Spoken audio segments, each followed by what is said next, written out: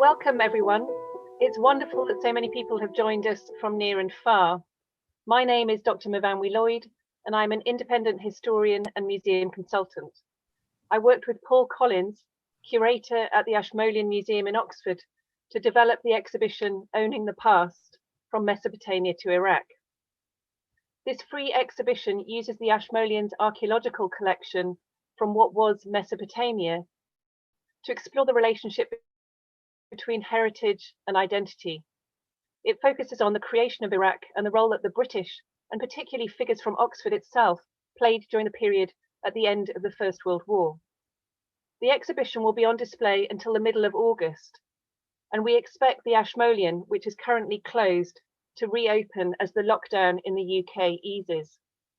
In the meantime, an introductory film is being made about the development of the exhibition, and in particular, the role played by our two paid community ambassadors, who are vital in linking us to people from the Middle East diaspora now living in Oxford. The voices of these local people are central to the exhibition, and the exhibition text is presented in Arabic as well as English throughout. I'm delighted to introduce today's panel, who will explore the troubled history of Anglo-Iraqi relations, starting with Professor Eugene Rogan, who was a key advisor for the exhibition. Professor Rogan is director of the Middle East Centre at St Antony's College, Oxford, and author of The Fall of the Ottomans, The Great War in the Middle East, 1914 to 1920. Our next speaker is Charles Tripp, Professor of Politics with reference to the Middle East and North Africa at SOAS, part of the University of London. He is author of the very well-known A History of Iraq. And finally, joining us from the United States is Professor Dina Khoury. She is Professor of History and International Affairs at George Washington University and author of Iraq in Wartime, Soldiering, Martyrdom and Remembrance. After the three presentations, there will be time for questions and discussion. But first, Professor Rogan is going to take us back to the start of a century of conflict. Thank you. Myfanwy, thank you so much for such a warm introduction, and welcome everyone. It's a pleasure to have you with us and to celebrate the partnership between the Middle East Center and the Ashmolean Museum in bringing about this review of a century that has defined Iraqi as much as British history. On the 5th of November 1914, Britain declared war on the Ottoman Empire. And the very next day, British units of the Indian Expeditionary Force entered the Shatt al-Arab, that waterway that separates Iran from Iraq, and fired on the Ottoman fort guarding the entrance at the Fao Peninsula. As far as I know, that was the first hostile action taken by the British military against the Ottoman Empire in the First World War. Of course, it wouldn't prove the last, and it wasn't that the British were already gunning to occupy Iraq. In fact, their interests at that stage in the war were limited to Abadan Island, the terminal of the Iranian oil operation and the source of refining and of storage of Ahvaz oil. So really the objective was just to secure an essential oil field at the start of a war, which was going to be increasingly fed by oil. British forces come under attack in trying to hold Abadan by the Ottomans and realize to secure their position, they need to advance into a hinterland that takes them soon to Basra. They occupy the city of Basra as early as the 23rd of November against relatively light Ottoman opposition. And at that point, Sir Percy Cox, a man who'd be very instrumental in Anglo-Iraqi relations, issued a proclamation to the residents of Baghdad in which he promised no remnant of Turkish administration now remains in this region. In place thereof, the British flag has been established, under which you will enjoy the benefits of liberty and justice, both in regard to your religious and your secular affairs. Now, it sounded like imperial conquest, but I assure you at this point, Britain actually had no territorial interests in Iraq, let alone in the Ottoman Empire. British policy up until this point had always been to preserve the Ottoman Empire as a weak buffer state, separating strong powers like Russia, Germany, as well as keeping French ambitions for territorial expansion of their empire at bay. So in the course of the First World War, this would be one thing that would change.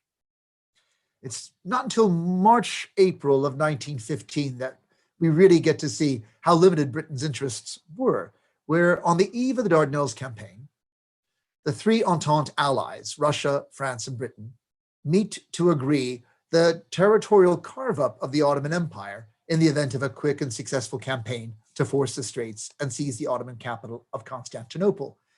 For that reason, it's called the Constantinople Agreement. The Russians were the first out of the blocks, and they claimed Constantinople and the Straits as their war prizes for beating the Ottomans. The French were no less certain of what they wanted and made claims to Syria and Cilicia, still ill-defined territories, but clearly ambitious. And at that point, Britain said to its allies that it would just reserve the right to claim territory of equal strategic importance, as and when they worked out what would be in the best interest of their British Empire. Being Britain, they did the next typical thing, which is to convene a commission. They found a Mandarin, Sir Maurice de Bunsen, charged with the task of finding out what territories in the Ottoman Empire would actually be to the advantage of the British Empire. And in the course of the deliberations, the de Bunsen Committee identified the Persian Gulf region as the area of greatest importance to the British Empire, given its proximity to India. With British forces already in Basra, the de Bunsen Committee argued that it made sense for Basra to be added to what was now a British lake in the Persian Gulf, the Arab territories from Oman through the Trucial States, Qatar, Bahrain, and Kuwait, all tied by treaty relations to Britain. Securing Basra now gave them the head of the Persian Gulf in a way which was strategically valuable to them. And then the committee went on to reason that, well, you couldn't really hold Basra province against a hostile force in Baghdad, say Russia or France. So you wanted Basra reinforced with Baghdad. And then to really secure Mesopotamia, you wanted Mosul.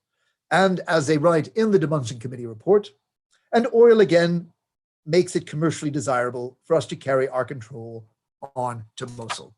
So we have the first articulation in the course of 1915 of British territorial interest in Ottoman domains, and the focus, Mesopotamia. This is reinforced, of course, by the Mesopotamia campaign conducted by the British in Iraq in the course of the First World War. And the British enjoyed very rapid success in the beginning of the conflict, moving up the Tigris to occupy Amara by the 3rd of June, 1915, and up the Euphrates to occupy Nasiriyah by July of the same year. But these swift British victories were brought to a halt in November of 1915, when, in some ways to compensate for the failings of the Dardanelles, the British made a bid on Baghdad that was brought to a quick halt in November of 1915 at the Battle of Salman Pak. General Townshend and his army were driven into retreat. They fell back on a bend in the river in Kut el Amara, where for 140 days, Townshend and his army withstood determined siege from the Ottoman authorities and were ultimately starved into total surrender on the 24th of April of 1916. At that point, Townshend gave his unconditional surrender, and over 13,000 generals, officers, and men of the Anglo-Indian Army fell into the hands of the Ottoman forces, the largest victory the Ottoman Empire enjoyed in the whole of the First World War. It didn't end for the Ottoman Empire as well as it had in Kut, and British forces in Mesopotamia regrouped, resumed conquest, took Baghdad by the 11th of March, 1917. And ultimately, to secure Mosul, the British broke international law by fighting 10 days beyond the signing of their armistice with the Ottoman Empire, entering the city of Mosul on the 10th of November, 1918. So by the end of World War I, all three provinces of Iraq were under British rule.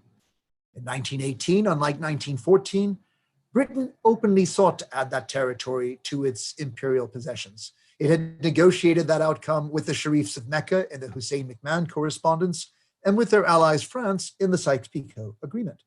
But the Iraqis themselves had not been consulted, and they never gave their consent. Britain and France willfully misled the Arab peoples about their intentions when in November of 1918, they issued a joint declaration promising, and I quote, the complete and definite emancipation of the peoples so long oppressed by the Turks and the establishment of national governments and administrations deriving their authority from the initiative and free choice of the indigenous populations. When in April of 1920, the Iraqis learned that instead of their own government, they would come under British mandate, they rose in revolt. From the end of June to the end of October 1920, 4 full months, the Iraqi Revolution of 1920 challenged British rule. Britain responded with great force. They raised their troop numbers from 60,000 to over 100,000 soldiers in Iraq, and they deployed scorched earth tactics that left, by British count, 8,450 Iraqis dead. Iraqi counts go much higher, but we won't have a more accurate figure. Bringing to an end the First World War experience and a very inauspicious start to the British Mandate. For that history, I will now pass the floor to my colleague, Charles Tripp. Charles, over to you. Eugene, thank you very much indeed, and welcome to all of you who've tuned in. I'm going to talk about Iraq under the British Mandate and then under the informal British rule until the revolution of 1958. And I suppose what one wants to bring out is the fact that something that Eugene has already talked about, which is effectively that the British had an instrumental view of Iraq. In other words, Iraq was to be a means to an end, and the end was the service of the British Empire. So for the British in Iraq, there were 3 priorities. One was about territory, to secure its imperial communications with India and the empire to the east. The second was the social fabric and state order of Iraq itself, to ensure stability in Iraq by whatever means, giving no opportunity for others to intervene. And thirdly, there were the resources, to ensure privileged access to oil. These 3 priorities you can see throughout the period of 1921 to 1958. First of all, the fact of the League of Nations granting the mandate of Iraq to Great Britain in 1920. In 1921, Britain founding the Iraqi state and the Iraqi monarchy. In 1927, a largely British company discovering oil in major quantities near Kirkuk, and eventually forming the Iraq Petroleum Company, a British-dominated company, in 1929. In 1932, a grant of limited independence to Iraq from Great Britain, but again, the limitations became apparent in 1941 when an independent Iraq took a different direction than Britain wanted, and Britain reinvaded Iraq and militarily reoccupied the country in 1941. And even after the Second World War, Britain trying to tie Iraq for several decades to its own particular interests. In 1948, the British tried to get the Iraqis to sign, which they did sign, the government signed, the Portsmouth Treaty, which would have tied Iraq to Britain for another 30 years. There was such a rebellion in Iraq itself, the Wathba as it's called, that the Iraqi government backed out. But again, in 1955, Great Britain tying Iraq to its Cold War strategy in the Baghdad Pact that was formed in 1955. So throughout this, there is this clear notion that Iraq should serve a purpose and the purpose should be British. Often this was dressed up with loftier ideals, not always hypocritical, but always in need of Iraqi allies. And it had important consequences for Iraq and for the Iraqis and for the kind of state that emerged. Not simply its territorial boundaries were defined, but also the boundaries between the Iraqi state and the Iraqi people in all its diversity.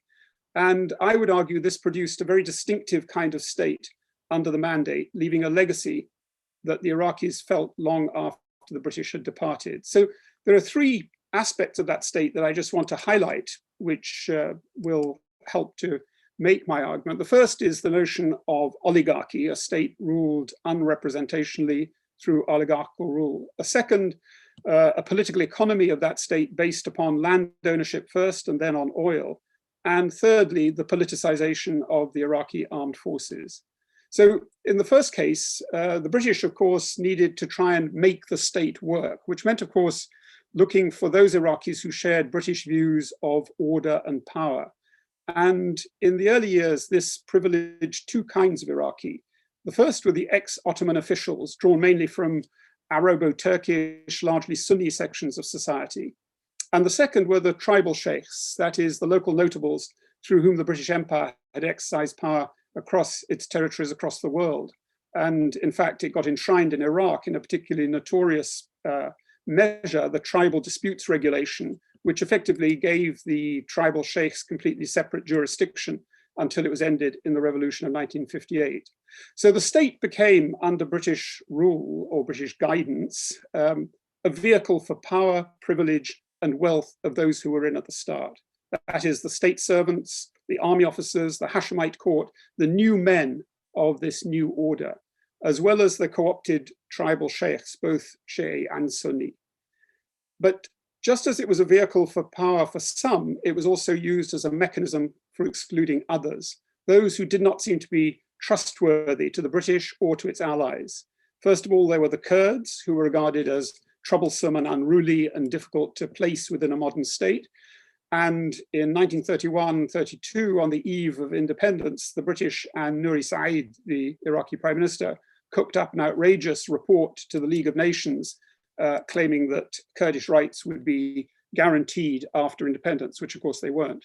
The second group that the British tended to, and some of its allies tended to look upon with great suspicion, were the Shia community leaders and their clerics, who were regarded as far too close to Iran, obscurantist, fanatical, and so on.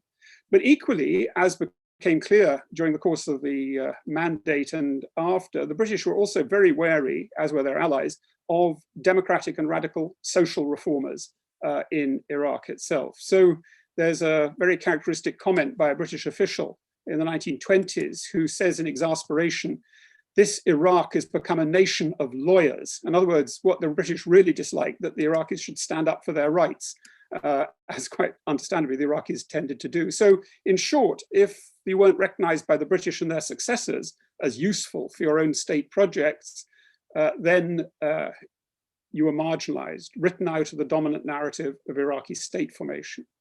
And of course, all this was cemented by the emerging political economy of land ownership and then eventually of oil that the British used and their allies used to enshrine and to substantiate their hold over Iraqi society and state. In Britain, there were different ideas about the ideal patterns of land ownership. Some favored romanticized sheikhs as great semi-feudal landlords. Others favored small, middling, landholding peasantry. Both systems, in fact, were in place in Iraq in different parts of the country under British rule, but the balance of power clearly lay with the large landowners. They were seen as protectors of the status quo, a force for stability. And of course, it was a way, land became a way of binding these social leaders to the state and giving the state enormous patronage over the countryside. It produced very notoriously in 1933 the law of the rights and duties of the cultivators. Rather euphemism, it was actually more about the duties of the cultivators. In other words, it forbade the peasants from Amara, who lived in virtually serfdom and feudal conditions, from even leaving their land, which of course they took no notice of and fled to create the slums in southeastern Baghdad. When oil came into the equation, particularly after 1945, it was used in much the same way. Mainly it profited the Iraq Petroleum Company, largely British-owned company, but of course it also benefited the ruling oligarchy of Iraq itself, and the privileges were passed on to its allies in the name of development, namely through the Iraq Development Board, which tended to favor those who were in a good position politically with the elite. But the third and disturbing feature of the state that was emerging was the politicized armed forces of Iraq. The British decided that the Iraqi armed forces were going to be used to build the state. And in fact, the Iraqi armed forces were the first foundation of the state. They were set up in January 1921, before the monarchy, before the parliament, before virtually all the apparatus of the state itself. They were used and intended to be used to extend the reach of central government, to suppress rural revolts, to enforce revenue collection, and to disarm the tribes. When the British initiated the Iraqi army, it commanded something like 20,000 rifles, the Iraqi army itself.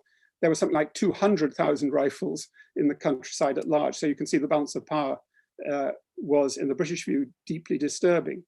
And of course, the Iraqi army helped to alter that balance of power, helped by the British, by the Royal Air Force, between central government and provincial Iraq. Initially, the officers employed in setting up the Iraqi army were those who had been part of the Arab revolt, or they were out-of-work officers of the old Ottoman army, some of whom had been active, in fact, in the 1920 revolution, but who had since been co-opted into serving the new state. Inevitably, therefore, it favored those sections of society from which the Ottoman Empire had drawn its officers, largely provincial Sunnis, that is Arab, Turkish, and Kurdish. The British saw the Iraqi army largely as a small internal police force to ensure internal order and to build the state, not to go on foreign adventures. And in fact, for the first decade or more, 2 decades of its existence, it was a purely internal force. And one can see its gradual politicization emerging out of this internal role as a policing force. It became eventually a political actor in its own right. And you see that in 1931 to 33 with the suppression of the Kurdish Barzani revolt, in 1933 with the massacre of the Assyrians, 1935 with the suppression of the Yazidi revolt, and with the tribal revolts of the mid-Euphrates. And in 1936, the first of 6 military coups d'etat took place, whereby Iraqi army officers determined who should govern from Baghdad, until 1941, and that's what provoked the British military intervention of that year. And finally, of course, in 1958, when the military officers overthrew the monarchy and initiated the Iraqi Revolution of 1958. So I suppose to sum it up, one could argue, and I would argue strongly, that these are 3 features of the state: the oligarchy, the political economy of land and oil, and then the politicized armed forces, which formed a baneful legacy of the British in Iraq. And in many ways, what the British had built up in Iraq was what I call a dual state. That is, it had set up institutions of the public state, the monarchy, the parliament, the judiciary, the ministries of finance, and so forth. But behind them, it had also set up networks of association, patronage, and violence, what I call a shadow state, which was used by the British and by its allies to retain control. The legacy of this, I would argue, remained long after the British control or influence had ended in Iraq. And now I'm happy to hand over to Dina Khoury, who takes the story further. Thank you, Charles. Thank you, Eugene. It's a pleasure to join you at this event that's hosted by the Middle East Center at St. Antony's. I'm tasked today with making some brief comments on the US involvement in the 1991 Gulf War, the UN-sanctioned embargo, and the 2003 invasion and subsequent occupation of Iraq. It's a tall order to cover this period, particularly because it is still part of our lived experience. And for the Iraqis among our audience, you, your families, and your friends have been affected by the wars and have had endless discussions and have been active in the politics revolving around these wars. And you've had a very rich experience in the process. What I'd like to do today is set the special place that these wars against Iraq, and I consider the embargo as a war really by other means, have occupied in the international order that emerged after the fall of the Soviet Union and the end of the Cold War. And the first point I'd like to make is that the Iraqi invasion of Kuwait in 1990 provided the opportunity for the United States to refashion its role in the world and what the Bush administration described to define the contours of the new world order. As the dominant military and economic power, the United States, with its junior allies, among them Britain, of course, would lead this order. It embraced a policy that sought to bring democratic reform and an economic liberalization of state-run economies. When it intervened militarily, it sought to deploy its military power in a manner that avoided the political costs of the loss of life that had happened in the Vietnam War.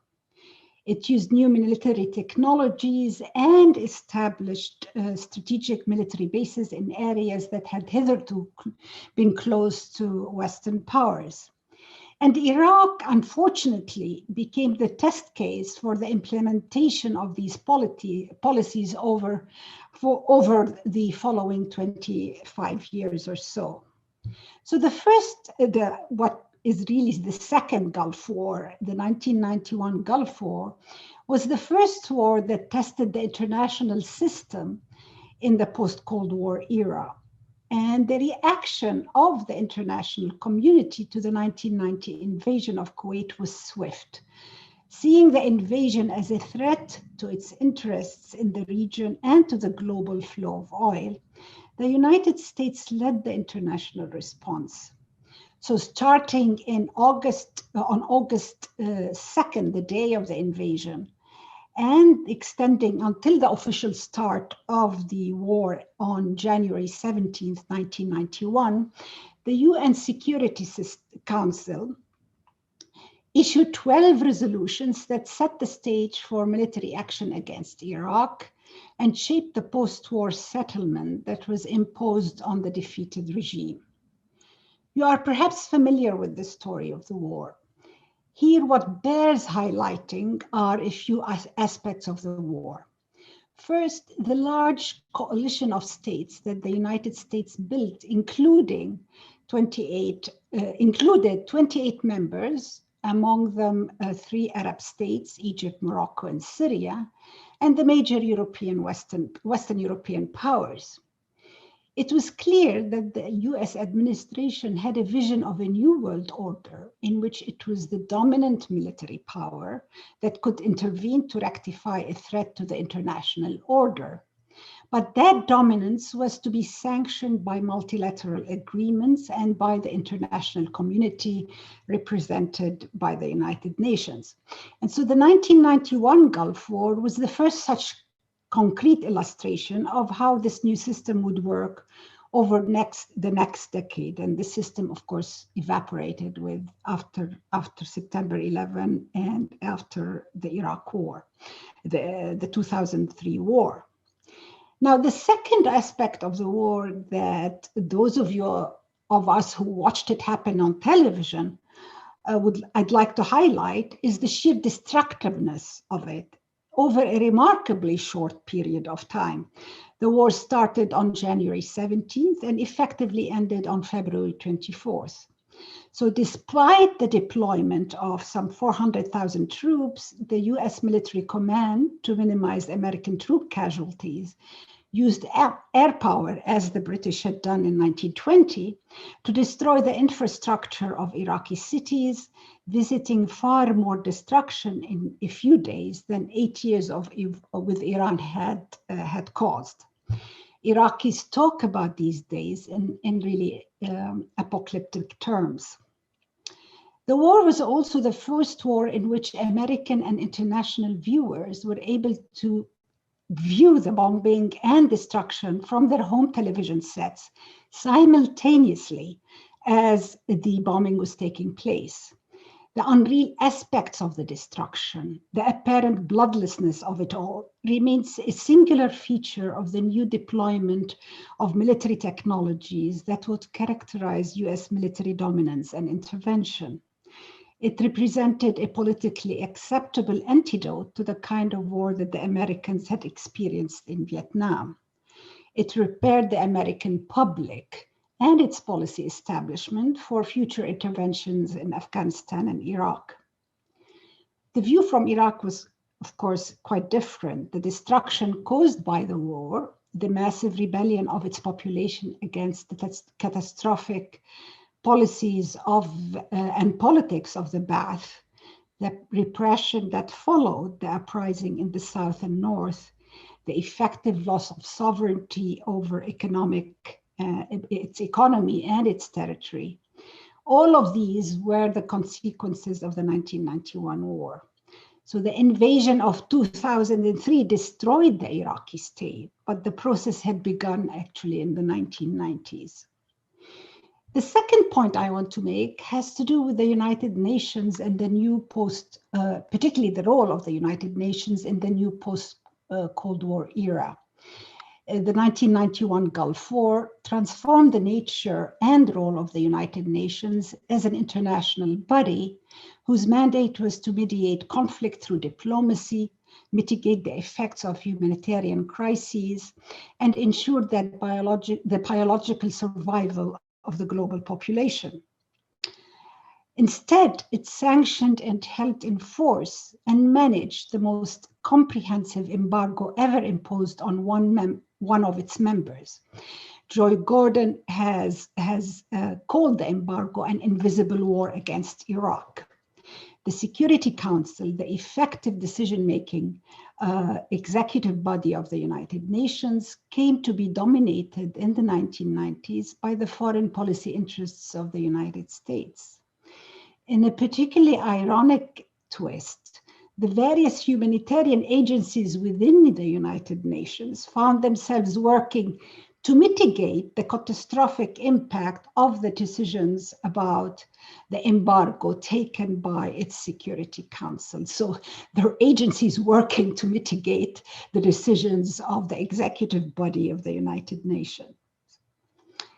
And the United Nations policy on Iraq, particularly on the Iraqi embargo, rendered irreparable damage to the mission and legitimacy of the United Nations, and eroded its role as a legitimate mediator of international conflict, at least outside the Middle East, because its role in Palestine, Israel, is quite another matter. So the impact of the embargo on Iraqi society is well documented. In a word, it was devastating. Malnutrition, inflation, shortage of medical supplies, unemployment, decline in literacy rate, and a long list of human costs that continue to reverberate in Iraqi society to the present. I conclude with a final point on the 2003 US invasion and occupation of Iraq.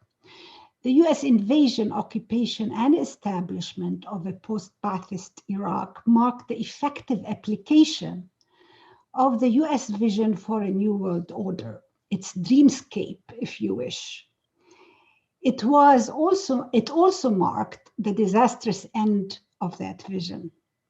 The US invasion and occupation brought a specific kind of democracy to Iraq, based on the apportionment of office along confessional lines, the privatization of the resources of the state, and the establishment of a free market. You are familiar with the results of these policies: sectarian politics, the militarization of every aspect of life in Iraq, civil war and ethnic separation, corruption at every level of government, the rise of ISIS, and the erosion of a national narrative that would unify all Iraqis. Clearly, the neoliberal vision of a democratic and free market system that was imposed by the occupation had been an utter failure, and the US has washed its hand effectively from the whole project. And unlike the Chilcot report that was issued by the British government in 2016, there has been really no reassessment on the impact of the war and on the verdict or any sort of verdict on what went wrong. The Iraqis are left to pick up the pieces. I want to conclude by pointing actually to promising developments that have been taking place in Iraq in the past 3 or 4 years. I think there's a new generation of Iraqis, the children not of Ba'athist wars, but of the 2000s, who are now asking insistently at great cost to themselves for a new politics that moves beyond sectarianism. They are demanding a responsible state capable of distributing public goods equitably and a nation that is inclusive and democratic. It's not clear how successful they will be in the short run, but they have at least begun the work of reconstructing, I think, an alternative future. And I think I'll conclude with that. Dina, thank you so much. And Charles, again, thank you so much. I feel that the audience has really had the benefit of your scholarship and the years that you have spent in studying a country that, you know, the century of domination has been the subject of tonight's conversation. I would like to invite our audience to join us with their questions. If you go to the Q&A bar at the bottom of your screen, you can enter a question. If you give your name, then I'll assume you want your name read out loud. If you'd rather ask the question privately, you can just mark it as anonymous, and then we'll respect your anonymity. It's okay. I have a first question here from Mohammed Tawfiq Ali, who would like to know if, well, you're asking about Iraq, Syria, and Yemen.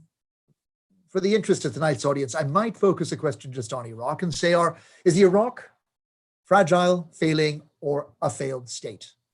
So could I put the question after a century of war and domination?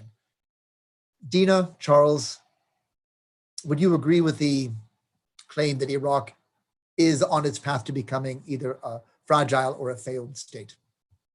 So do you want us to go in which order? Why don't we start with Charles? I'm happy to go after Charles.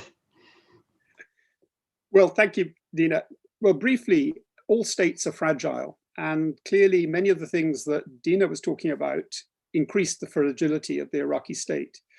But of course, all states are also resilient in the sense that what is emerging and what emerged from what seemed to be chaos, civil war, is a pattern of order and a pattern of privilege, and sometimes a ruthlessly directed set of power relations, which is reconstructing the Iraqi state, reconstructing it in a way that some clearly, and the younger generation, find deeply troubling, but for others has been a very wealth-bestowing possibility. So I think one has to be wary about the notion of failed states. I don't agree with that idea. I think that states transform themselves and are transformed. And what you've seen in Iraq, certainly over the last few years, has been the transformation of the Iraqi state. But it remains fragile, but more importantly, much of its population, their condition remains fragile as well. I think I would echo Charles' caution against talking about failed states or failing states, because the assumption is that there's an ideal state and somehow states fail that ideal. My understanding of what's happening in Iraq, what has been happening over the 90s and in the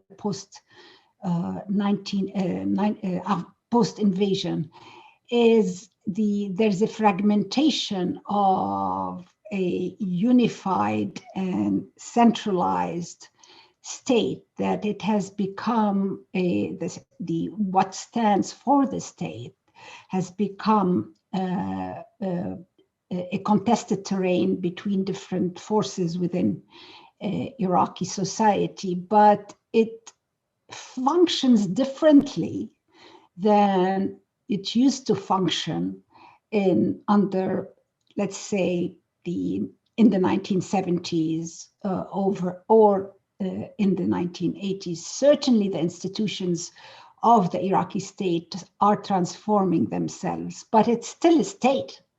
And so what emerges out of this is going to be interesting. I mean, there are going to be winners and losers, as always in such conflicts. But what I'm finding quite interesting, particularly in these uprisings and these protests that are taking place in Iraq, and they're taking place in primarily Shia areas, is there is the conception of state that is being called for conflates state with nation, with something that Iraqis have been dealing with for some time. But there is no clear definition of what the state that these protests are asking for, these protesters are asking for. I think it remains to be worked.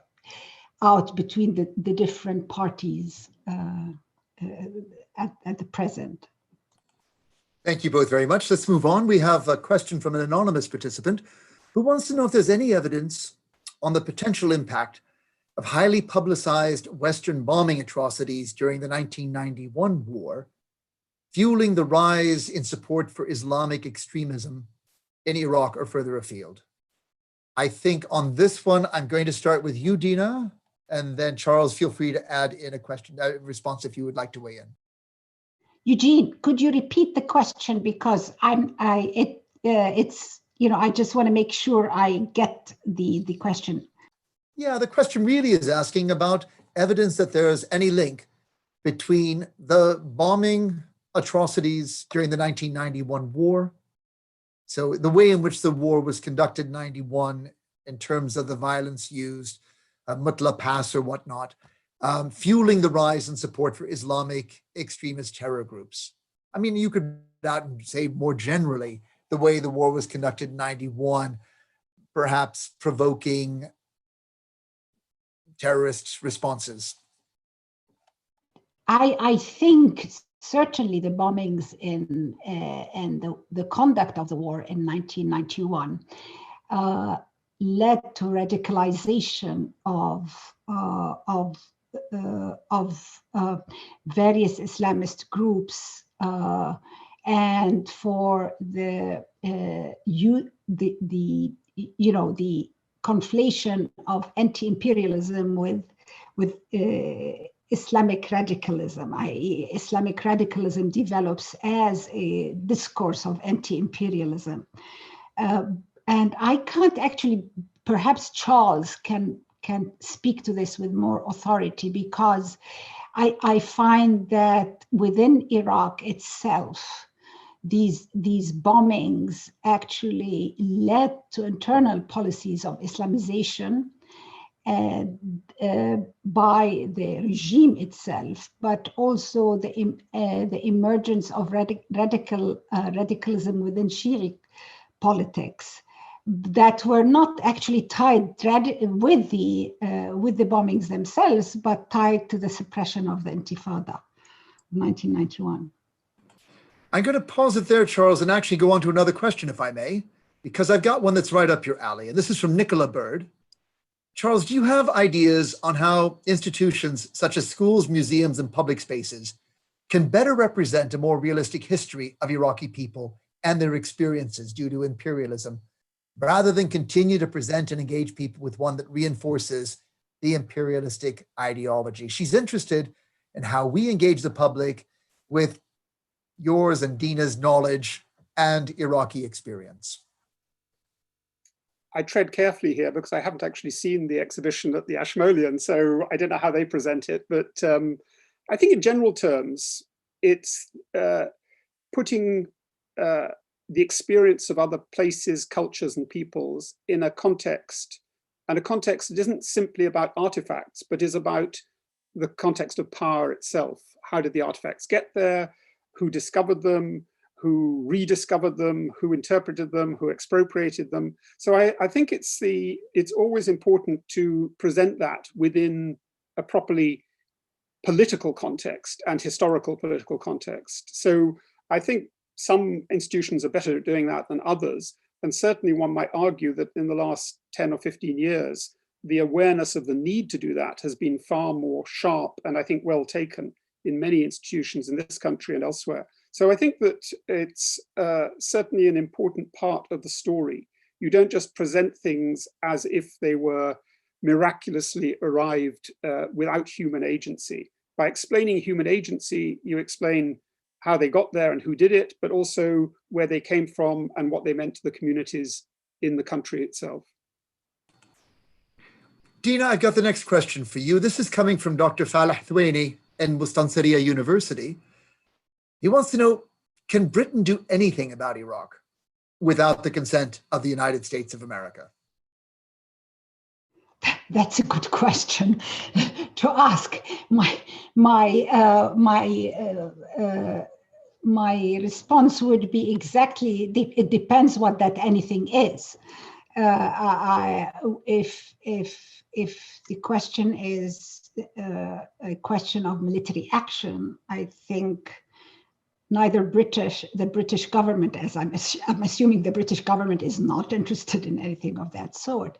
But in terms of other forms of relationship, whether we're talking about trade relationship, aid, or any other, or culture, this it can do, I think, and is doing.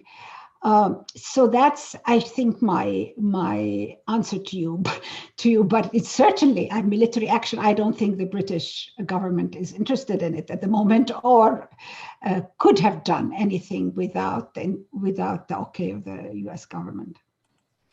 And here I'd like to follow up with a question from Ahmed Sultan.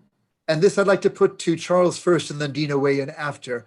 But really what emerges from our discussions today is about the will to dominate Iraq, British and then American. So Ahmed Sultan asks, could the lecturers give us a brief comparison between British and American policy in Iraq, and who wants to build a real state? Who really is in it for state building, or is it all about domination? Charles, take a first stab at that one, and then I'll come back to you, Dina. Well, certainly in the period that I was talking about under the Mandate and beyond, but one could argue more recently, the two projects are connected, that the British certainly believed that the state was the best way of securing their interests, a state that was friendly, allied, and producing the kinds of things that they wanted it to do. So I think the two projects are not separate. There is a sense in which the domination was to be through a recognized form of institution, which was the state form. In building the state, as I argued, they built all kinds of aspects into it, which were to have some pretty dire consequences for the Iraqis themselves. But by then the British had left. And that clearly there's a parallel with what happened after 2003. Dina? I would actually say that since the creation, the expansion of empires in the late 19th and early 20th century, and certainly with the League of Nations, the question of occupation was always built around the concept of state building as well. So as Charles has said, they're really inseparable. In the American case, what was very distinctive about the American attempt to build a state in Iraq was the newness of the enterprise for them, i.e. they did not come to the enterprise with the long imperial experience of Britain in building states of a certain kind and so they came to it at least in 2003, first of all, from a totally ideological perspective, built on the idea of American exceptionalism, i.e. this is an American vision, that it is a good vision, it is for the best of Iraq, interest of Iraqis, and so on. So in that respect, the ideological basis undergirding the state building enterprise in Iraq came out of less experience, but a real ideological, real belief in the exceptional abilities of the state and the vision of the United States to do so. Thank you, Dina. Thank you very much. Now, I'm going to combine two questions here because they are touching on similar points. So Nihaya Khalef wants to bring us up to current affairs and wants to know if there's any political, diplomatic way to give assistance to the young people protesting against corruption and armed groups as they're being targeted by different armed groups on a daily basis in front of the British and American embassies. So I guess by extension, is there anything Britain or America can be doing to assist demonstrators in their legitimate demands? And Elaine Giles, on top of that, wants to know, what would it take to rebuild trust between Iraq and the UK? And perhaps there's a link between those two. So Charles, if you get us started there. Well, a rather disappointing reply to the first part, which is not a lot. In other words, that the kind of state that has allowed the emergence of the Hashd al-Sha'bi, the popular mobilization forces, to become effectively instruments of those in power, is the kind of state that the British and the Americans helped to establish in 2003. And for the British or the Americans now to say, no, no, we don't want that kind of state at all, we want another kind of state altogether, there's no way, they have no purchase. There are too many now entrenched interests to prevent that from happening. And so unfortunately, the young people who are very bravely protesting and who are being attacked often by the very instruments of that state are helpless as in terms of what the British can do. The British can wring their hands, but I don't think they can provide much material assistance. And ironically, they might even have a word or two with the Prime Minister of Iraq, but he himself gets very fed up with the power of some of these organizations, but of course is unable to, even if willing, to suppress them. So he might agree with the British or the Americans that yes, it's terrible that the force is being used, but frankly, they have very little power to do anything about them. So you could argue that as with the state set up under the mandate, the unforeseen consequences of that lived with the Iraqis for a long time to come. So sadly, the state set up in 2003 with exactly the point that Dina was making before, with very little sense of the texture and the dynamics of Iraqi society itself, has created its own dynamics and its own interests and its own logic. And that is now playing out quite violently in many parts of Iraq. Dina, any reflections?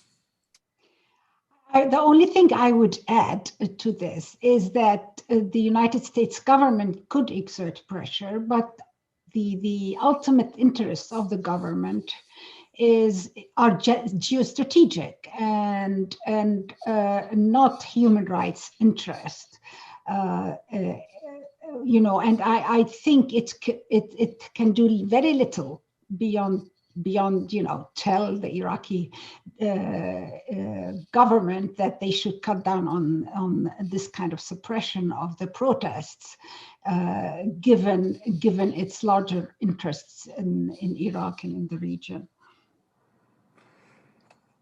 Charles, here's a question for you. Adrian Petch notes that he was at school with King Faisal and asks if he'd been tougher like his cousin Hussein of Jordan, would things have been different? Did the monarchy have any influence at all? Over to you, Charles.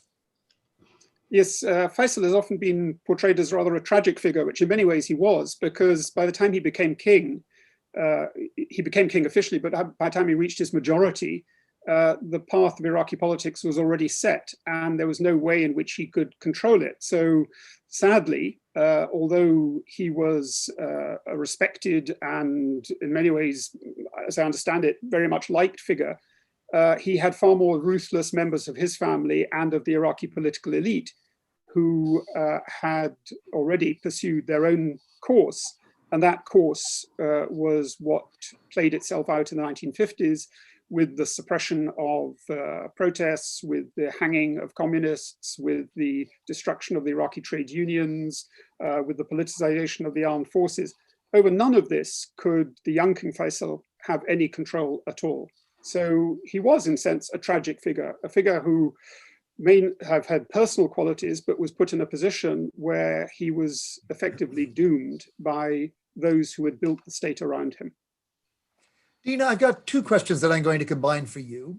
The first is from Frank Damone, who wants to know how the Americans managed to invade Iraq in 2003 without understanding there are Sunni and Shia in the country. And from Jane Story, who wants to know, how far was the US-led invasion in 2003 influenced by Bush Jr.'s response to his father's failed attempt in 1990-91? So let's come back to the basics of what drove and what was the ignorance of the 2003 invasion. I think the second question is very quick, has a quick answer. Yes, yes, and if you've watched Saturday Night Live or any of the shows during the invasion, there were, more seriously, certainly, there was a clear sense among the group of advisors that worked with the younger Bush that the 1991 settlement remained incomplete, and that and there is the imperative to complete the project of 1991, the father's project of 1991, because most of the advisors basically around the younger Bush were very, very important in setting Iraq policy during the 1991 war. For the second question, in fact, the Sunni Shia divide had been well known to the Americans when they went in, and figures within the Iraqi opposition had highlighted actually these differences, encouraged the US administration to work with Shia opposition groups centered in Iran, and encourage as well a belief on the part of the Americans that Shiism is inherently more open to democratic politics than Sunnism. So the debate, and the knowledge of the Shia-Sunni divide within Iraq it was common among the establishment. Less common is the complexity of these divisions within Iraqi society and the layering of these identities with several other identities, and with the complexity between, it was a version of a discourse or a view of Iraqi society embraced by opposition groups outside Iraq that had been active in anti-Ba'athist politics, so it actually was not based on a real knowledge of the complexity of allegiances in Iraq, both Shia and Sunni. Thank you, Dina. We are coming to the end of our hour, and the questions continue to pile in. We've had a fantastic turnout tonight, and so I'm not surprised that I'm getting more questions than we'll have time to answer. I would like to give the honor of the last question to one of our students, Tom Coyne, who puts a question to Charles Tripp. He says, you mentioned that Britain submitted a bogus report to the League of Nations, guaranteeing the rights of the Kurds should Iraq become independent. What were the motivations in doing so? Was this in order to admit Iraq to the League as quickly as possible, or were there other factors at play? So putting on your professorial historian's hat, Charles. You say I have half a minute in which to reply to this. In fact, take your time. The point is that everyone knew that the proposal that Iraq should become independent was going to be put towards the League of Nations in 1932. It had been done on a regular basis to be considered, and the British were quite happy to contemplate that idea of what they thought of as an independent Iraq. Also evident to the Kurdish parties and groups was that Iraq was going to be a state dominated by Baghdad and by basically elites who had no love for the Kurdish people or indeed for the rights of the Kurdish people. And so they had been petitioning the League of Nations since 1930 to not grant independence to Iraq unless there were sufficient guarantees of the rights of the Kurdish people to a degree of autonomy within the new independent state of Iraq. And because the British were aware of this and realized that it might mess up their proposal in Geneva, and so they concocted with Nuri Said a fictitious, effectively, report on the condition of human rights and rights of the Kurdish people in Iraq, as well as with lots of pledges of how the new Iraqi government and state would, of course, guarantee rights of autonomy and self-government in the Kurdish region. Whether this was sufficient to persuade, but it certainly had an effect in Geneva, and the League of Nations then granted independence to Iraq in 1932. Thereafter, nothing more was heard of the pledges made by Nuri Said. Charles, it couldn't have been done better, or more briefly. Thank you very much. I will now need to bring our session to a close. I've had a number of questions asking whether this session will be posted, and I assure you we'll get back to everyone who registered if it is. And I would like to extend warm thanks on behalf of both the Ashmolean Museum and the Middle East Center to our guests tonight. Dina Khoury joined us from George Washington University in Washington, D.C. Charles Tripp, who joined us from London, in sharing the depth of their knowledge and experience in the study of modern Iraq. I think you guys have been an amazing audience and the questions have been truly fantastic. So thank you for weighing in and making the session work as well as you did. And I wish you all a very good evening from Oxford and bid you good night.